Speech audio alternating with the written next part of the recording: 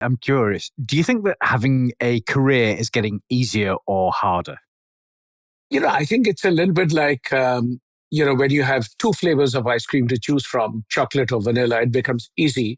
But if you go to a shop which says we've got 70 versions of ice cream and 20 toppings that you can add and subtract, it becomes infinitely harder to choose. And that's what's happening. You think about data professionals. You can either choose to do, specialization in different aspects of data, or you can choose the kind of field that you can work in, whether it's healthcare or analytics or, or retail, or you can then choose whether you want to work solo and become a contractor, or do you want to get employed?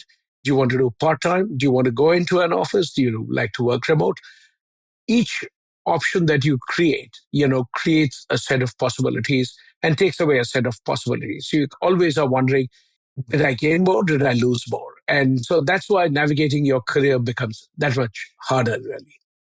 That's interesting. So on the one hand, there are many different possible ways to do a career now. Like you can probably find something that fits you, but the hard part is working out what's going to fit you and choosing the right thing. Okay. So I guess, do you have any advice then for getting over this paralysis for not knowing what to do with your career? No, it doesn't matter. Whatever you do today is probably going to need to be reinvented. So it doesn't matter. Experiment and try it out. That's my view. I always keep experimenting with stuff that I like to do. So, that's what I would tell anyone. I like the idea of experimenting and just keep trying stuff. I think that's very relevant for people in the data world. You do data experiments, so you can also experiment with your own career. And I do like the idea that we've both had a few years of career experience, but you're still trying to figure out what you want to be when you grow up and try new things.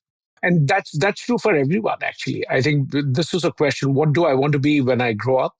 It's probably even more relevant today because we are all living longer. So you have enough time to grow up.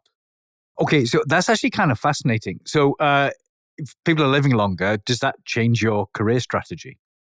Oh, yes, of course, because, you need to think about, if you have a 60-year lifespan versus 80-year lifespan versus a 100-year lifespan, the amount of money you need to live is different.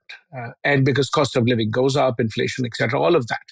But more than that, the way that you stay relevant also keeps changing.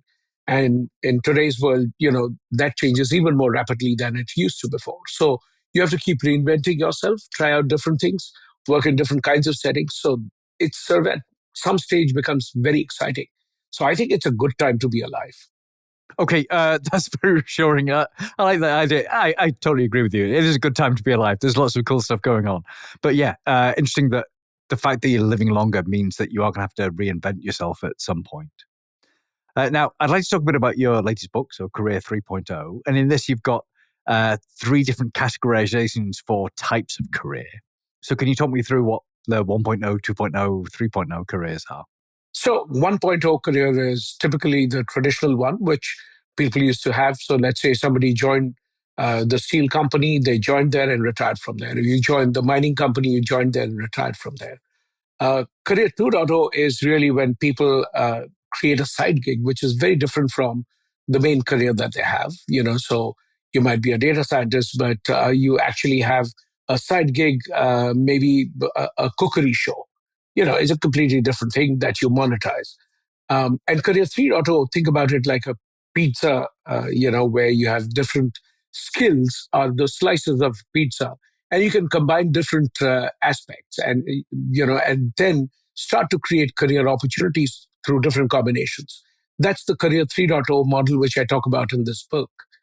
Okay, so rather than just having a single career, you've got lots of kind of, I guess, fragments of career that somehow sort of blend together into one whole thing. Is that about right?